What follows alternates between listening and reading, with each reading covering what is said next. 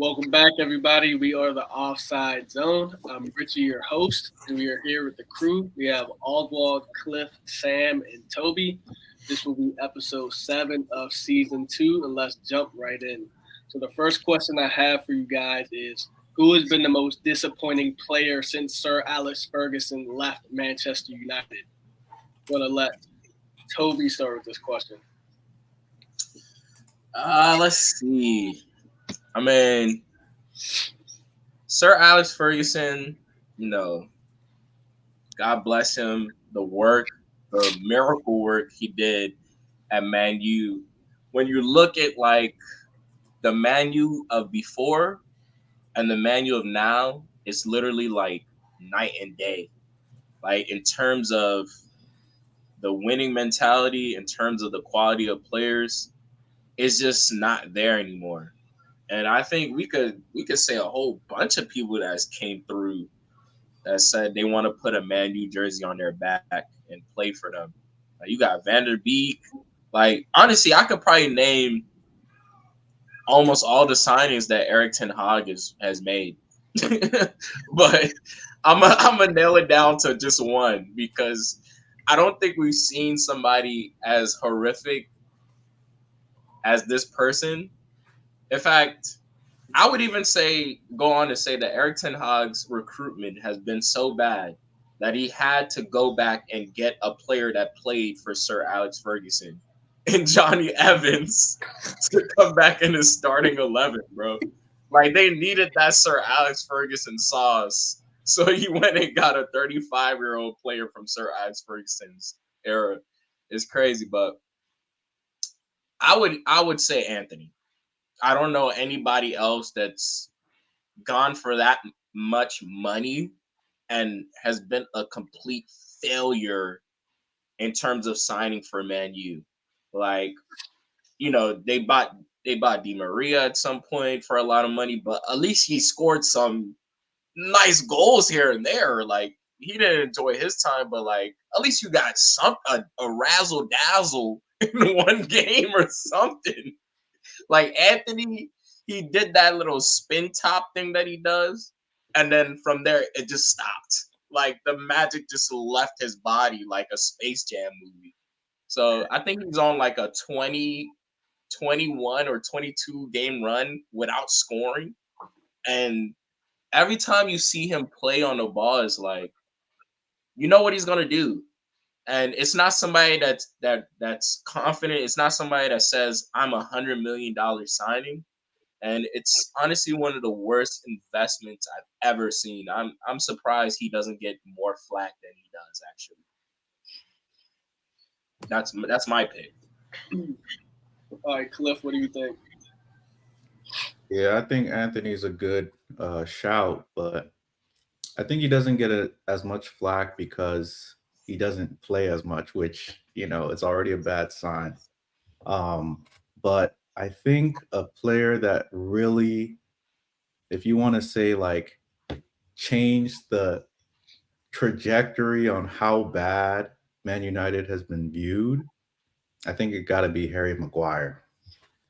Harry Maguire What? is Harry Maguire.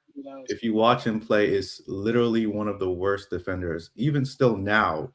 And I know he's a good bloke. I know he's a good guy. He Nice. likes to play. He's a good guy, but Harry Maguire is seriously, even now, still one of the worst defenders that have played for Manchester United. And we could see that even last season when they benched him and they started improving. They started playing Lisandro Martinez ahead of him and Varane ahead of him, and they started doing better. And they reintroduced him to the team because he just wouldn't leave. That's how bad it got. He wanted to play for the shirt. And if anytime a player says, I want to play for the shirt, that's like already a bad sign. Like you already cooked if you're saying I want to play for the shirt. Because why are you saying I want to play for the shirt? Because people don't want you. So yeah, I'm gonna give it to Harry Maguire. Because Anthony has been a bad signing, but he's been a bad signing that hasn't affected the team as much because he's not playing. Maguire has to play because a lot of their center backs are injured. So he's affecting the team. He's playing the minutes, and now he's injured. He's affecting the team more. He's affecting their goals scored, and he's just one of their worst signings. All right, Oswald. I'm sorry, but that's a no take. I can't agree with Cliff. Right? Come on. Harry Maguire's been better. Actually, been decent. He's been decent, but for the fee he came for, he's been bad. But for the the way Manu's playing right now, he's been decent. He went for just as much as Anthony went for. And for a defender, and we've seen. Oh, no, I don't think so. Anthony's 100 million. So. Maguire. He went for like 80. Maguire went for like 80 million pounds. Listen, let's not forget. Let's not. Yeah, 80 million pounds. How much? Yeah, he went for 80 million pounds. Just like that's as much as Van Dijk went for. Look. And for attackers. We've seen attackers go as much as Anthony. Like, what's the name for that guy that played for Arsenal? Pepe. Pepe flopped and was as expensive as what? You're Pepe comparing Pepe to Anthony. Nah, bro. Look at that. Your criteria for flop is insane. Yeah. Pepe cannot go 21 games without scoring. And then we're gonna sit here and say that that's Pepe never did that. Pepe scored goals. Still flopped, though. He scored goals, bro. Compared to Anthony, that's what you're comparing. No, Anthony's a bad signing. We all accept that Anthony's a bad signing, but we've seen forwards come into the Premier League and flop a lot. Even the there's so many people. I would even say Jadon Sancho is a bigger flop. Yeah, than Harry Maguire. Mm-hmm. You have people there that's so been there for Jadon Sancho. I won't give it to Jadon Sancho because he was literally pushed out of the team. Harry Maguire was bad enough to where, hey, I'm not gonna play you, and we're gonna succeed without you. Jadon Sancho was like, okay, you're not going to apologize to me. I'm going to bench you. That's a different case. I don't want to, even though he in his own right flopped, Maguire is literally affecting the team. Like, he's literally causing them to concede goals. He played, bro. Like, he played decent enough to be their captain. But look, even what you said, they had to bring in Johnny Evans to start, and he's starting now. Johnny Evans. Let's not forget. Okay, and he was starting in the beginning of the season too. Let's not forget Harry Maguire. Let's not forget Johnny Evans and Harry Maguire were linked with Man City at some point of at some stages of their career. Before Maguire joined United, he was heavily linked with City for 60 million pounds. And they would have made a mistake. No, that's not. That's Pep Guardiola. Let's not forget Pep Guardiola turns players into world class. Almost every player that he has coached, they all turn world class. Imagine if he was in that system with Pep Guardiola. What would he have done? I think he still would have flopped. I'm not saying he would have been like all right. I think he would have been all right. And he would have been all right and probably coming off the bench, just like Mahrez when he came from Leicester. Like, he came to City too. He was coming off the bench. Yeah, I mean, they had to adapt to the system. He would have been all right. I think. Yeah, I think he would have done. He would have been considered world class. I think it would have been talking about him. Oh, he's one of the best defenders in the world right now. But the thing that's going on at Man U, there's some kind of curse. There's a curse at Man U at the moment. There's a curse. Almost every player that comes in that team post Ferguson, almost at least 80% of them flopped.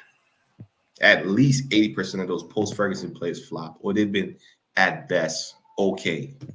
So for you to say Maguire has been the worst player, I would highly disagree. I would even put Sanchez above him. Yes, that was one of the biggest flops ever. The hype that he came from Arsenal, one of the best players, and then all of a sudden joins Man U, flop. What do you say? There's some kind of juju. There's some kind of juju in that team. I'm sorry, but like what? Sanchez and Anthony have been the two biggest flops in that team. But I'll give it to Sanchez because of the money he was making and the hype that the promotion hype that they had for him compared to Anthony. But Sanchez wasn't really at the peak of his game. He was. Yes, he was. He was on the down. He was on the downward. But he was still one of the best. Manchester United. But he was still world class. Anthony was more like, oh, we're linked to this guy. He used to play for Ten Hag. Let's see what happens. And then they pay like a crazy amount because that's what Manchester United does. And he just flopped. So the thing is, the only reason why they're paying the crazy amounts because they can't attract, the world class players that they actually want. They have to pay top dollars to get those players. They brought in Ronaldo. Ronaldo's different. Come on, they wanted to use Ronaldo to attract world class players in their roster. They brought in Sancho before. I think at this point, Manchester United has become one of those teams where, if you see that reaction from stars after Sancho left Manchester United, like all those stars were leaving like comments, like praying hand emojis. Yes, sir. Manchester United are cooked. No big star will want to go to that team anymore, and it's sad. Yes. Now they're going to have to rely on Ten Hag or whoever their manager is to scrape up some talent from the Eredivisie. It's just sad, man. Well, the suburbs of Brazil. The suburbs. Sam, what do you think? Yeah. As far as most disappointing player since Sir Alex left the club, I'd have to give it to Paul Pogba. That's what I was about to say. That's what I was thinking. Let me finish. Look, I think a lot of this has to do with the expectations and the potential that a player has. I'm not saying that Paul Pogba was not a good player, but based on his potential coming to the club, he did not live up to the hype at all. He didn't live up to the hype. When you look at Paul Pogba at Juventus, coming to Man U, he did not even equate what he did at Juventus at Man U. He never even played at that level at Man U. So I think he was the most disappointing player since Sir Alex left because he had the highest potential of any player that went there. I expected the most out of him than any other player. Like, I didn't expect that much out of Anthony. I didn't expect that much out of Sanchez. But I expected Paul Pogba to do amazing things at Man U. I expected him to be the leader of the next generation, and he flopped, honestly. That's my opinion. That is an insane take. That is shocking. How is that shocking, though?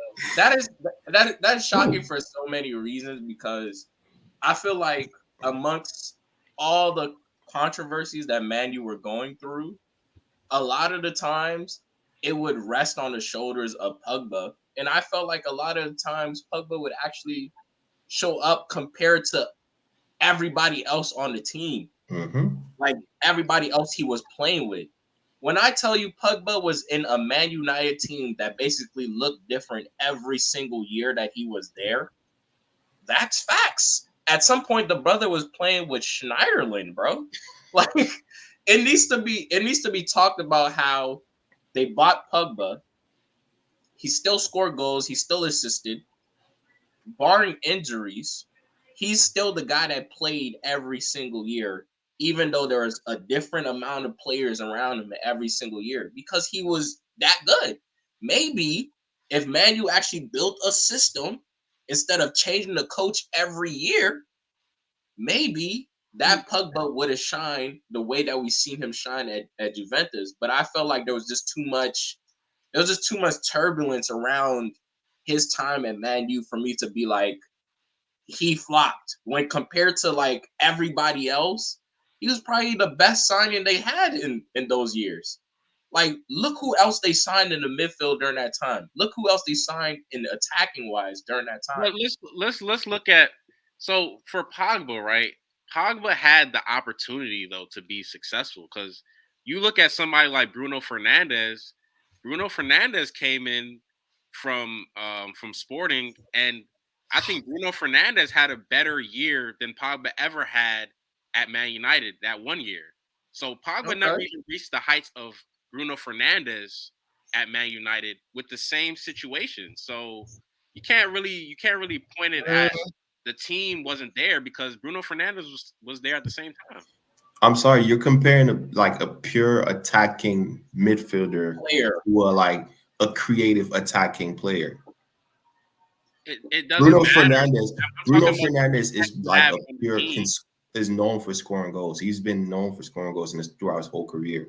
Pogba is not known for scoring goals. Pogba was known for creating assists and scoring some goals, but not like as me in the to the rate as Bruno.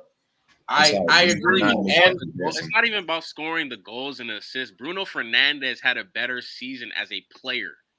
Without the goals and assists, he was still at a higher level than Pogba ever reached at Manchester United.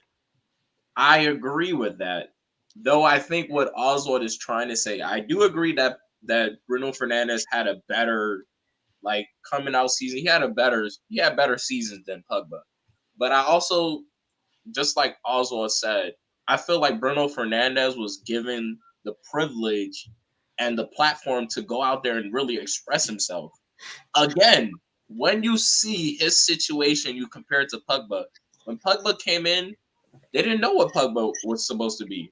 Yep. They didn't know if they wanted him to be a defensive-minded midfielder. They didn't know if they wanted him to be a Yaya Toure or they wanted him to be a center attacking mid that they forced him to play. At some point, they were playing him at right wing. Left wing. Yeah. They were playing him left wing, right wing. Literally, he was even playing right mid, left mid. He was playing all over the place. Bruno Fernandes, since the day he came in, they said this guy's going to be our number 10. Yep. Nothing else. And they actually have, to a certain degree, have built a team around Bruno Fernandes. Yeah. I don't know if you want to agree with that or not, but that's the truth. Every other signing that they've had has basically helped equip Bruno Fernandes to being what he is. Whether he's passing it out wide to wingers, whether he's just finding creative pockets in the hole to go do what he does, it's all helped Bruno Fernandes be him. But I don't think with the changing of coaches, with the changing of players every 2 seconds, with the changing of positions that Pogba had to face, and then the adversity, because he's a guy that Sir Alex Ferguson waved bye-bye, I just think their situations were different, bro. Pogba situation, I can't blame him when you have Schneiderlin. I'm sorry, bro. Not the only I can't blame that guy, bro. Yeah, let's think that I have to go with on Pogba though. When we look at Pogba's career, the only time that he's flourished is when he's been around other elite midfielders. That's the honest truth. That's how it's though. So you can't ignore that. When he was at Juventus, he was at his best because he had Pirlo and Vidal. At France, he was at his best because he had Conte and Matuidi. But at Manchester United, he didn't have that, and he didn't really do much. So, you can look at it and say Pogba is not a player or midfielder that lifts up his midfield or lifts up his team to another level. He has to have the players and pieces around him to flourish. That's every player for real. That's basically every player, barring special players like Messi and them. Honestly, if you look at it, you need players around you to get the best out of you. Because even in that France squad, you can say Conte was there, and that's cool.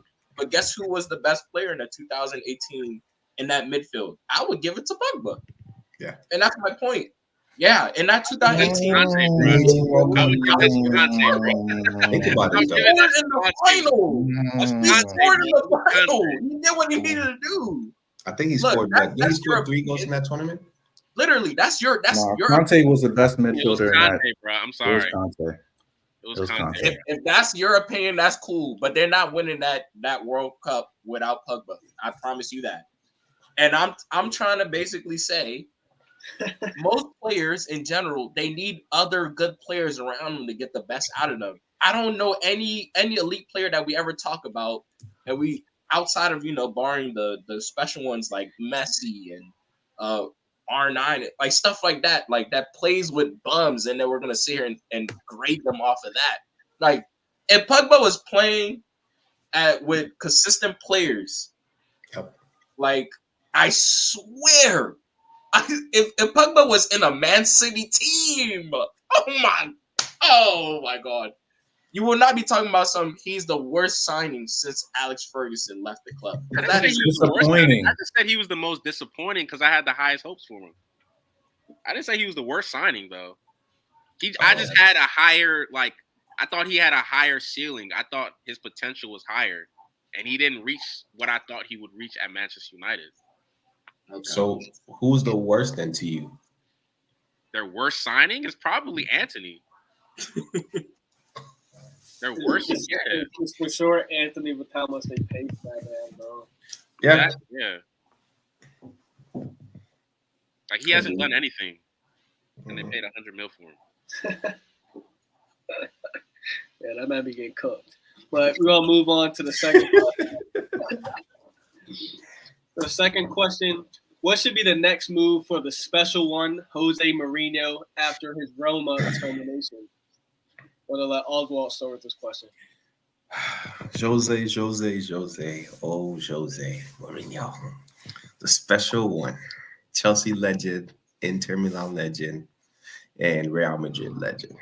And also, let's not forget the original team, Porto. He did coach Benfica at first. But anyway, hey, I think this man just needs to take a break from club football for a little bit and then just thug it out with the international for the time being, because I think he needs to just either take a 1-year break or a 2-year break, trying to plan things out, or the next best thing is just do international football where he just gets to see his players maybe once every 3 months, 4 months. Not too stressed. You lose one game, I'll see you in about 3-4 months. I'll take a break. But yeah, I think it's time for me to just relax, plan things out, maybe learn how to be better with the newer generation of players, because he's a hard man. He's not the new generation coach. His time has passed. I'm sorry, but I love Jose as a Chelsea fan, Chelsea's greatest coach of all time. But this man needs to move on with times, get to learn the new players, or just take your break, or do the international soccer. I'm not gonna lie. I actually kind of can agree with that a little bit. Like, I think he's accomplished everything in club football that there is to accomplish. He's won everything. He's been everywhere and won everywhere. I think the next step would possibly be trying out international football. I think that actually makes sense a little bit, because other than that, the best option would be returning to the Premier League or something like that. But I don't really see that happening. So yeah, I think the international shout is a good option for him. Let's not forget, he's the only coach. He's the only coach to have won all European trophies. Yeah, and he's done it in basically every league. That EFL, he won Roma's first trophy in how many years? In so long. In Italy. Yeah. Champions League, Europa League with Man U. Only one. All right, Cliff. Yeah, I agree with the whole international thing, and the coach of Portugal now is Roberto Martinez, so we know that won't last long. So we should just wait two years max. Whenever Martinez gets fired from Portugal, just because it's so sad to see Jose just like sad. He's been emotional lately, like crying and like, man, just want to see Jose happy. And it seems like he can't get over like the 3-year hump. So yeah, just chill, wait for a little bit, let Martinez get fired and coach Portugal. Yeah, that's crazy, bro. Look, telling him to chill to me, to my understanding, I just feel like that's disrespectful, man. I could get why he would go and try to do international manager because obviously that's not as strenuous as club football. I get it, but at the same time, you look at his peers. It's like Carlo Ancelotti's right there, like playing. I mean, coaching Real Madrid. Like Pep Guardiola is right there. Like you feel me? Coaching Man City. I think for Mourinho, he thought that Roma was about to be his niche. Like he was gonna go there, build this club and spend like 10 years there, and that's gonna be his new dynasty. But they got American owners, and they were doing the Todd Bowley in there. they got that brother up out of there, and that's my point.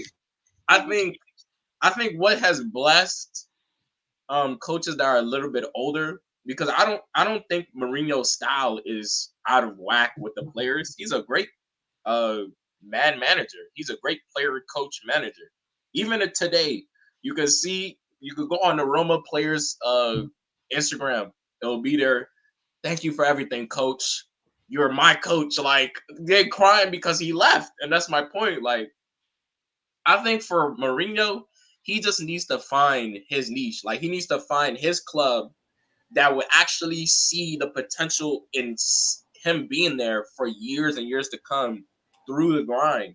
Like Roma was like cool, but I don't know what clicked in Roma's head. 4 points off top four. They're firing Jose Mourinho.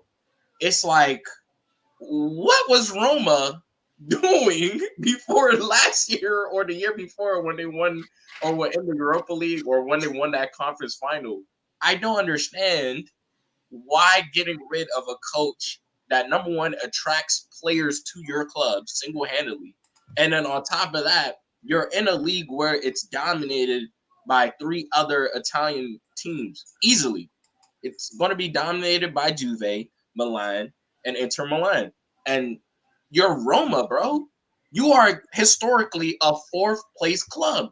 So you're 4 points off of 4th place and you fire probably the best manager that you will probably ever see walk through your doors?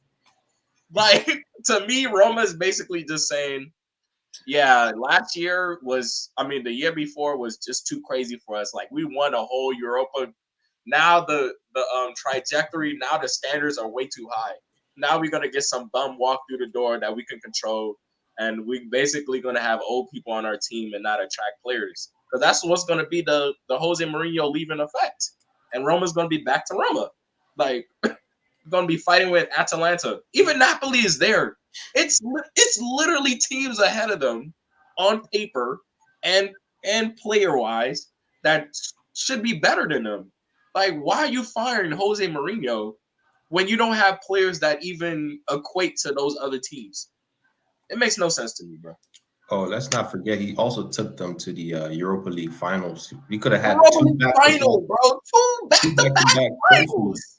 That was insane. Lost last year. That's my point. It's like, what does Roma expect to win the Scudetti? Like, what do they expect? I don't understand. What do they actually expect in that club? The thing is, we're not saying he should go to the international side because we don't think there's a club out there that he can go to and succeed. It's just that we don't want to see the cycle repeat itself. Like, no, I agree. If you see the last 2 clubs he's coached, like honestly, all respect due, but he shouldn't be coaching Spurs. He shouldn't be coaching Roma, even Roma, as big as they are. Like, he shouldn't be coaching though. Yeah, his level is above that. And so, what club is he going to go to now that he hasn't been to before? And that's my point, bro. He needs to find a club that's well within his hemisphere of star quality that like will actually trust him. And I think it all went south. It's crazy because we talked about Man U, but it all went south after Man U. And it's like nobody wants to deal with the personality that's Jose Mourinho, but they're making that enigma his whole thing. I'm like, he's a great coach at the end of the day. He brings titles to your club. And to me, it's like, you got teams like Spurs firing you. And the crazy thing is, he got fired right before they were going to a final. They were going to win their first trophy in like 40 years. And then they followed it by firing him, bro. It's like that was a crazy. That's what I mean. That was a crazy. It's like, what are you firing him for? Like, your club is not tough like that.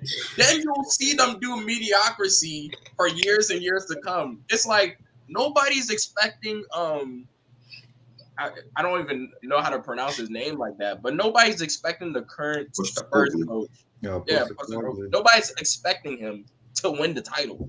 Like, really. And honestly, in a year or two, they're all going to be like, well, dang, well, Spurs, you guys need to get a new coach. And then they're going to do the cycle again. It's like, what are you doing firing Jose Mourinho? Like, it makes no sense to me, bro. Then he goes to Roma and basically gets the same treatment. And he actually won them a title. It makes no sense. True. It makes no sense, bro. He just needs to find a team that will mess with him and be like, you are our guy. We can build a dynasty with you, bro. But that's the thing, though. What options are really out there right now that's at Jose Mourinho's level? You know what I'm saying? Like, yeah, I don't know, bro. Real top clubs have a coach that they're like banking on for the next few years. And that's why Ozil also made another good point. He could wait it out and see who gets fired over the next couple years or something, because Real Madrid have their coach.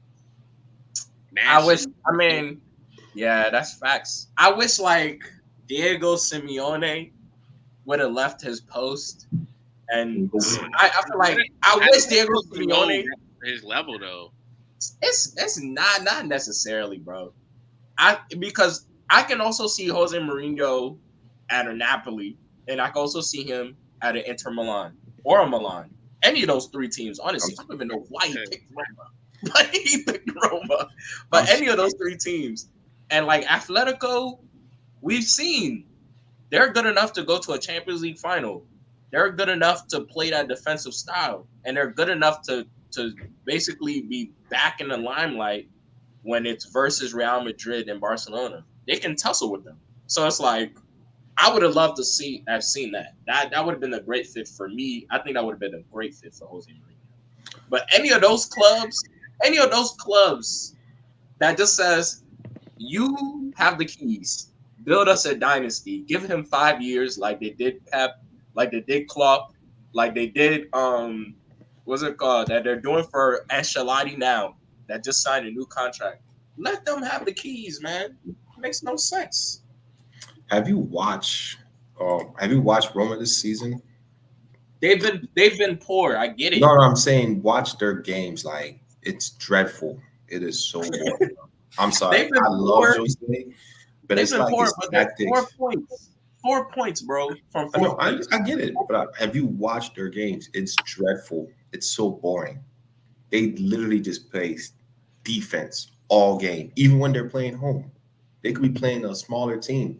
All they're banking on is sucking in the pressure and hit them on the counters. That's all they're banking on.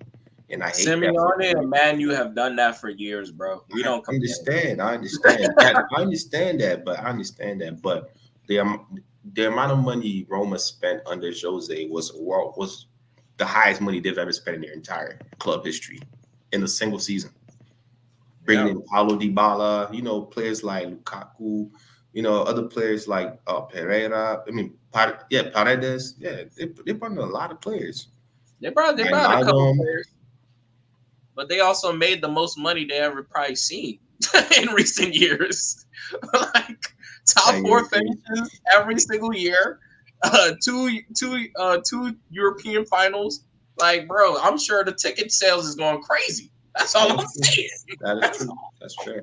That's all I'm saying, bro. Crazy. All right, so maybe you go to Saudi Arabia. Maybe they'll give him some money. Oh yeah, they would love him there. God forbid. I don't want to see Jose Mourinho in no Saudi Arabia. Like, let him retire. That would actually piss me off because it's like, bro, like, where's your hunger, dog? Like, No, that would piss me off, man. They're gonna break the bank, bro. Like, it's okay, bro. Yeah, hey. Give Like, them a blank check. Bro. No, bro. Honestly, if you're a coach and you're going there, I get it for the players. I get it for the players. At least you're playing. But as a coach, it's like you're getting paid money. At least he's coaching. Hey. What? You're getting paid money. What's his name? The new I think is the Fulham coach, the Portuguese guy. He was in Saudi for what, 7 months or so? That's man's cool. left. Came back. Getting paid. I get he's getting paid, but for a Jose Mourinho, like, please, like, you see Steven Gerrard right now. He wasn't thinking with his brain when he took that. Him and Jordan Henderson, they're not thinking with their brain. They're just thinking with their pockets. Because to my understanding, you're Steven Gerrard, right? You are basically trying to build up this reputation so that you can be a top elite coach. How you go from you cook in Rangers, then you go to Aston Villa, you do a bottle job, then your next move is the SPL, Saudi Arabia. It's like, bro, what do you want to coach at the end of the day, bro? Let him get that money, bro. Yeah.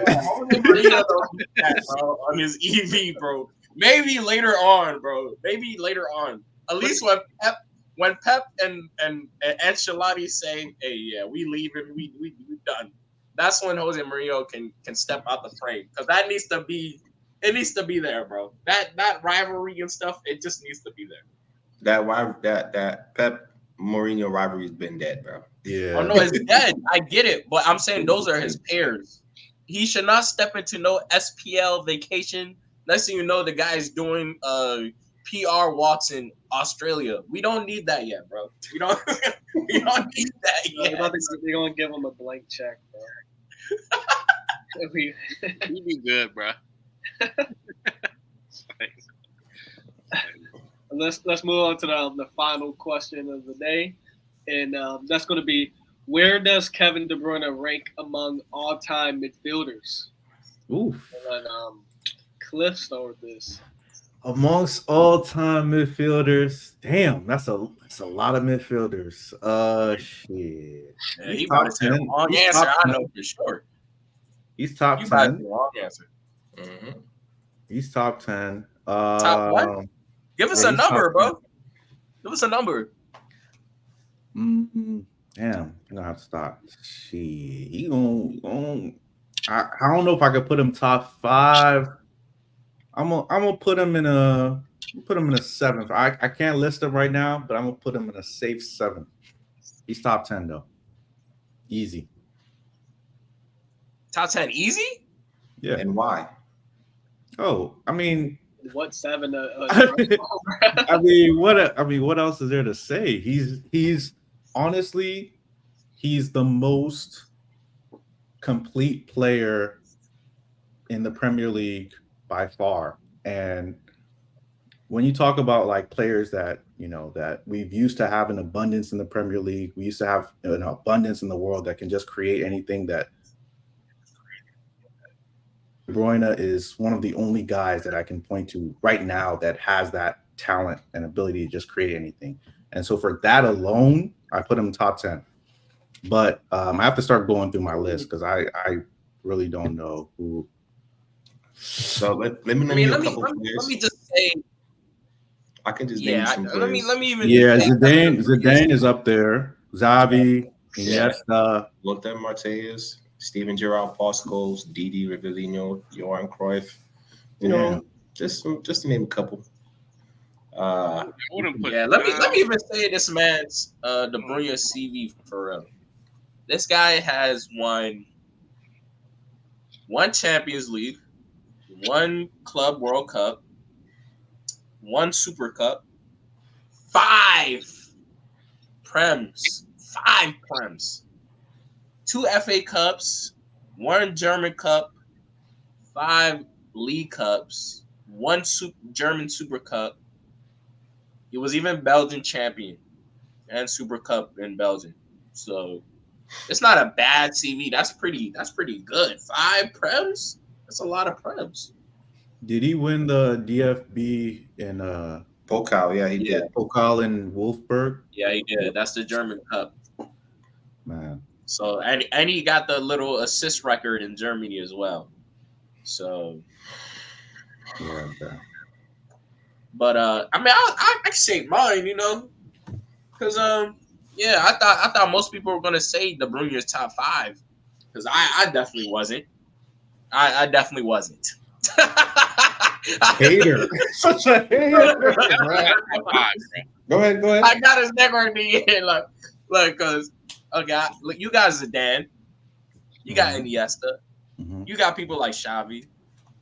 For this purposes, even though Cruyff played winger as well, he's really attacking midfield. So we're gonna add Cruyff. You got Modric. Don't forget you got Mateus, Pirlo, Platini, a Steven Gerrard, Paul Scholes, a Rijkaard, Lampard. Who? Lampard. Yeah, we not talking about them bums. But I actually wouldn't put Gerrard or Lampard over De Bruyne though. But that's just me personally though. No, that's me personally too. If I was to name them out of the people I just named, I got Zidane number 1.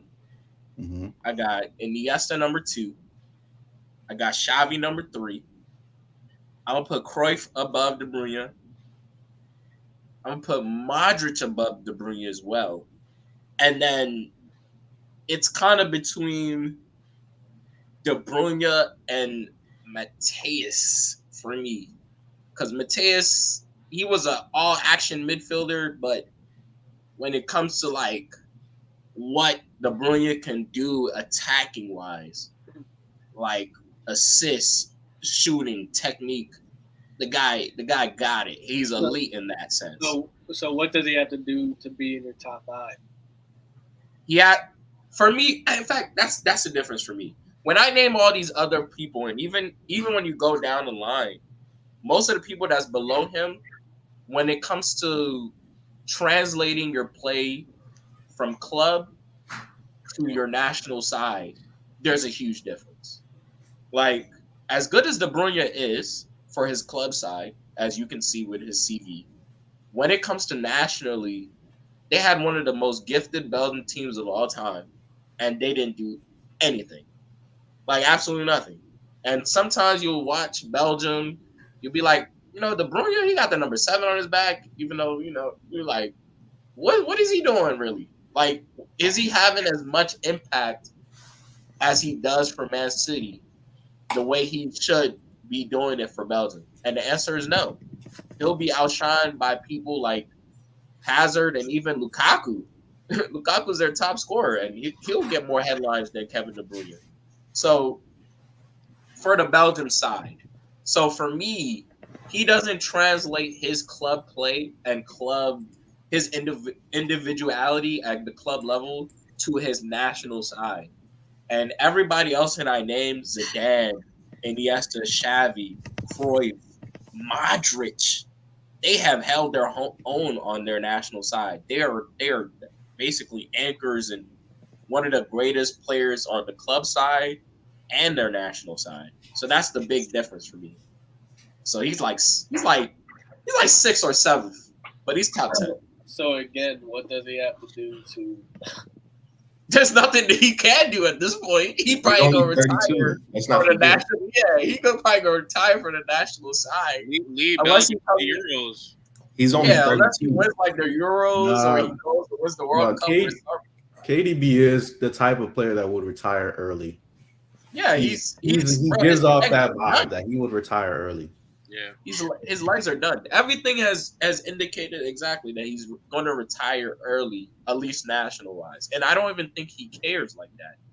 These players that I've named, like a Zidane and Iniesta and Xavi, they bleed their national colors. Like, they bleed it, bro.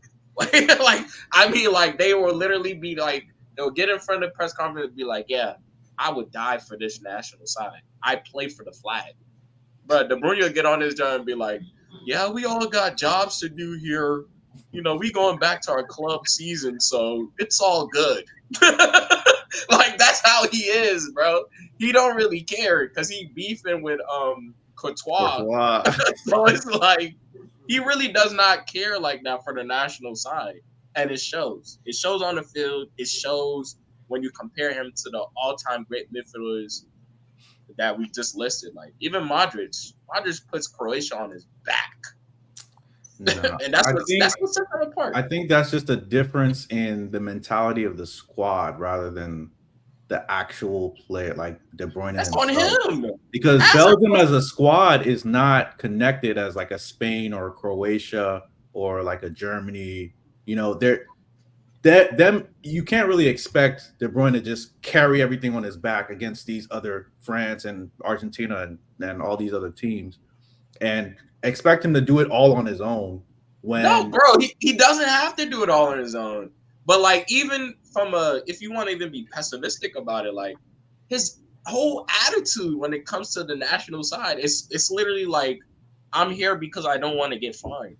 It's one of those. Like it's never been I'm so enthusiastic to go on break for a national side. Like when you look at people like Hazard and Lukaku that talk about their national side, you'll hear it even in their interview. They talk about it with some pride, bro.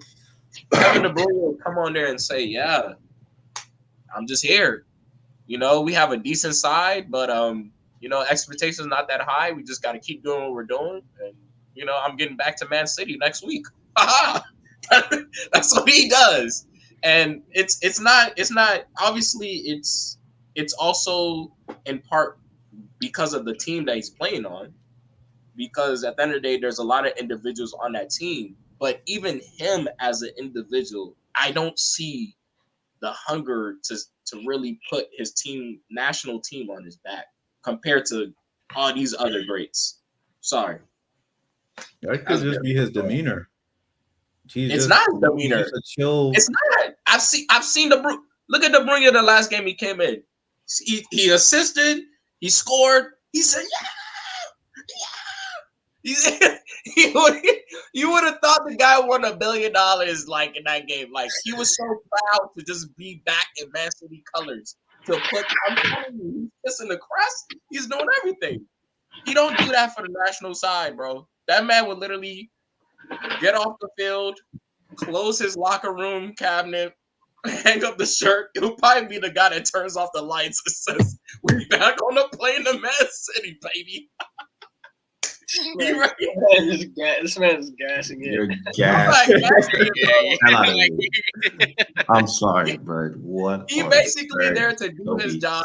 I'm sorry, but I gotta cut you off. But what on earth are you even talking about? You're gaslighting. He's basically just there to do his job and leave. Hold on. That's what he does. Let's not forget. Belgium's national team is they're always amongst the top 5, top 10 in the world. To always make it to the the furthest stages, but they've never been number one. Like, oh, this Belgium team's gonna win the World Cup. Oh, this Belgium team's gonna win the Euros. They've never been the main team. This is actually Belgium's greatest. Literally, 8 of those players from that generation are easily in the top 20 greatest Belgian players of all time.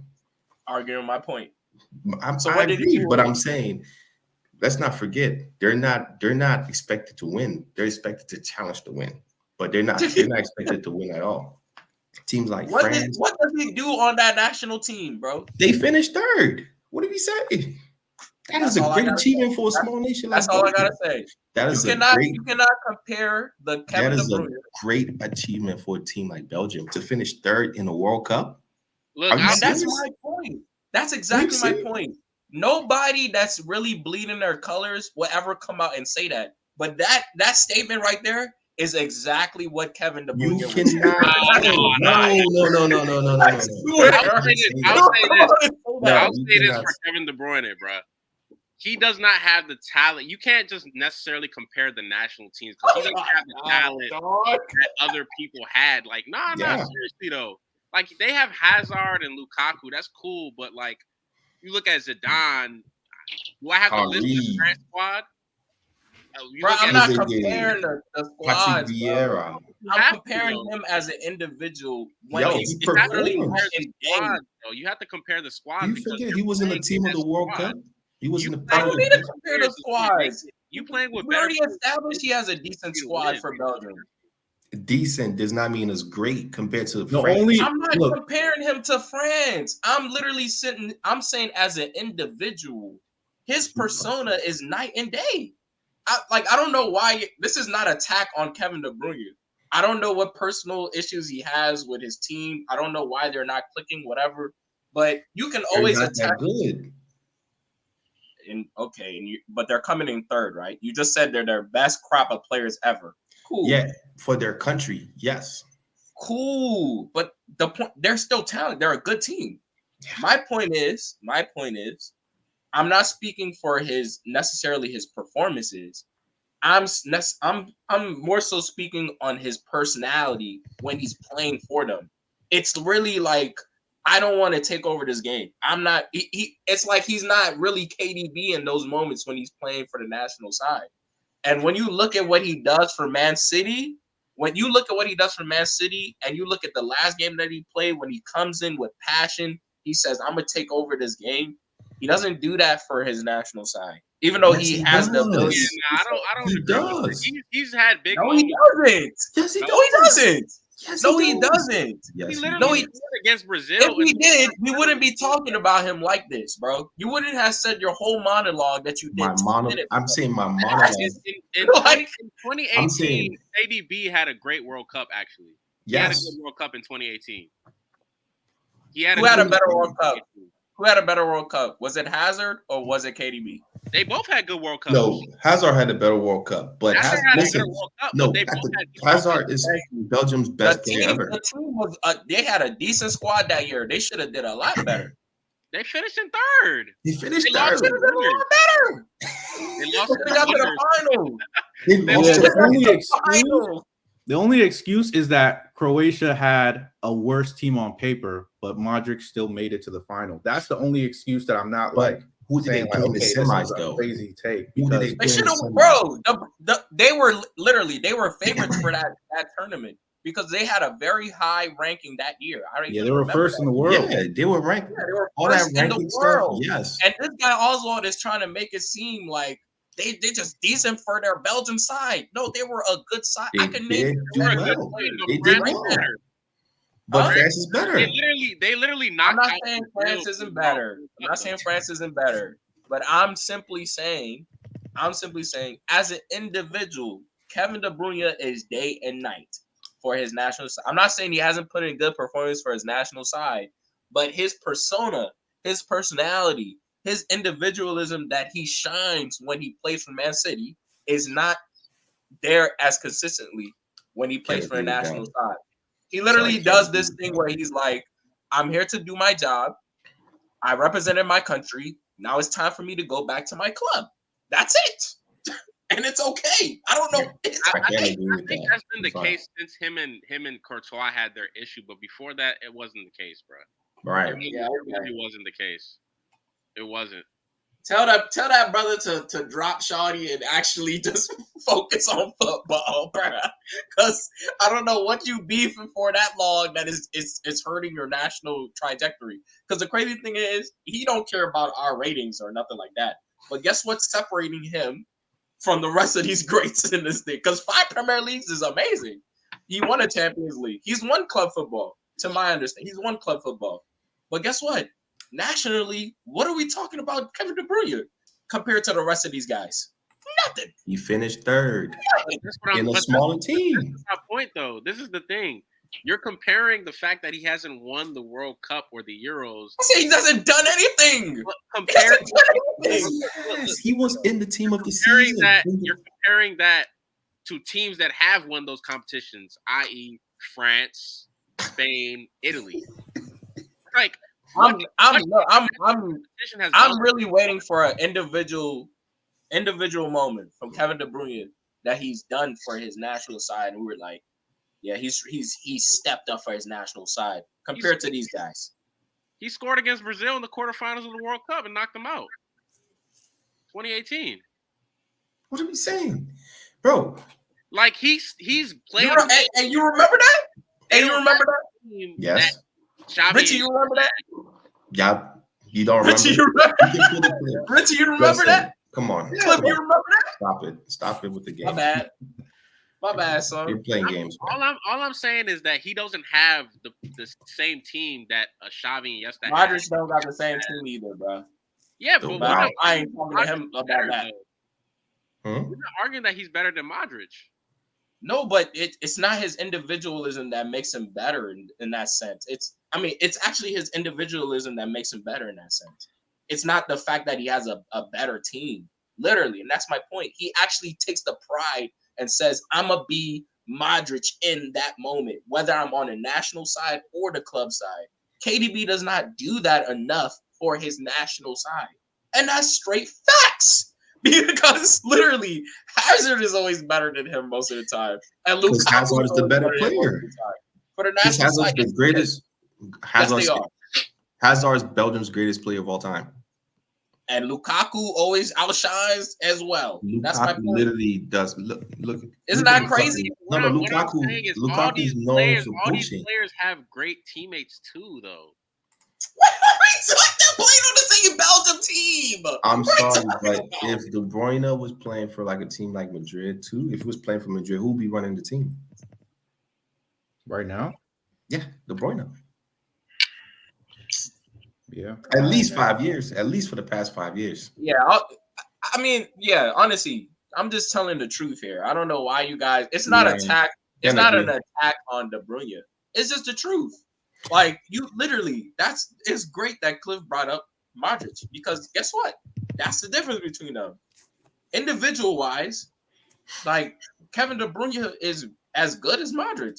Modric is as good as Kevin De Brunye on their day. Literally, they're both game changers. They're both people that will come in and just do what they need to just take over the game.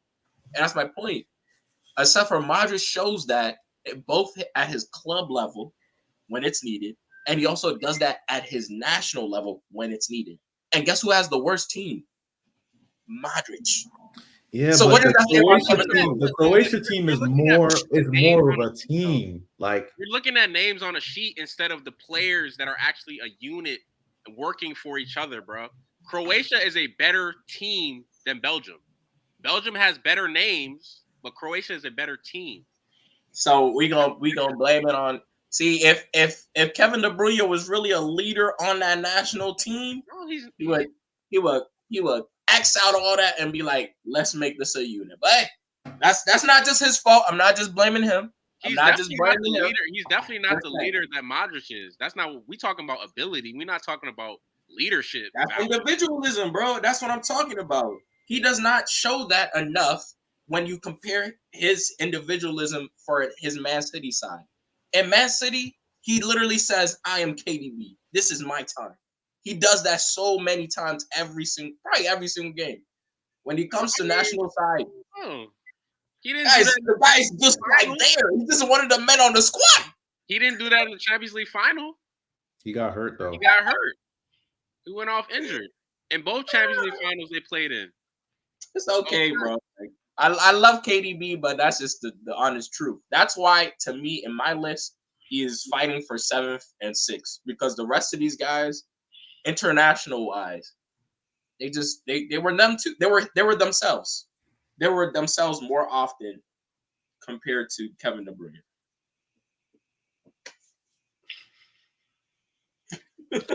Yeah, I mean, what I'll say to the question is, I think he ranks like 7th, 8th too. I just think, although he's a great player, I just think other players are just better than him. They're more talented than him. You know, I'm not gonna get into like who's more successful, who has more titles, who has more stats. The other players are just better than him, in my opinion, as midfielders. I'll put Xavi, Iniesta, Zidane, Cruyff, Pirlo. Talent-wise? Yeah, they're just better players than Kevin De Bruyne, in my opinion, in their prime. But Kevin De Bruyne probably he hits like I'd probably say like 7 or 8 in the top 10. I mean, I would agree. I mean, talent wise, I would agree. Some people talent wise for sure. Zidane and Iniesta for sure. But it's like really? I don't know. Once you get into this upper echelon, it just seems like basically people go for style rather than because talent wise, I don't know. Kevin De Brunye can do anything with a ball, bro. I mean, he's not flashy like Zidane or Iniesta. That's what I would give them. They're better dribblers. But like Xavi, that just Xavi, that's like he just pass the ball. Simple one-time pass, but De Bruyne's not as good as him. Bro, De Bruyne could do that all day. Like, nah. Not what Xavi did in his prime. Nope. Man, ask that man Xavi to do a nice little through ball from 80 yards, like with his outside of his foot. Now, let's see that.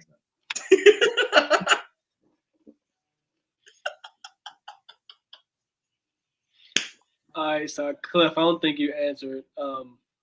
Where you rank him? I answered, but yeah, I gotta give him like 7th. So we're all agreeing to the 7th, 8th. Yeah, 7th, 8th. That sounds about right. Top 10 though, yeah, top 10. So top 10 right now. He's just top 10 for real.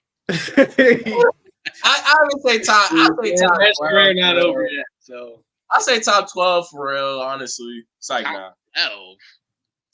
Actually, he's not. It's like nah. Gerard, Scholes. I don't think Gerard and Scholes are better than him. Yeah, top 10. 7th. Good. It's pretty solid. But I think that's going to do it for us. Want to give many thanks to all the viewers and the crew for their input today. Please drop us a follow on TikTok, Instagram, and Twitter under the name The Offsides Zone. Also, please like and subscribe if you haven't already. We discuss new topics weekly pertaining to the world of football. In the comments, please let us know where you think Kevin De Bruyne ranks all-time midfielders. And as always, everybody, please stay safe, stay blessed, and see you guys in the next video.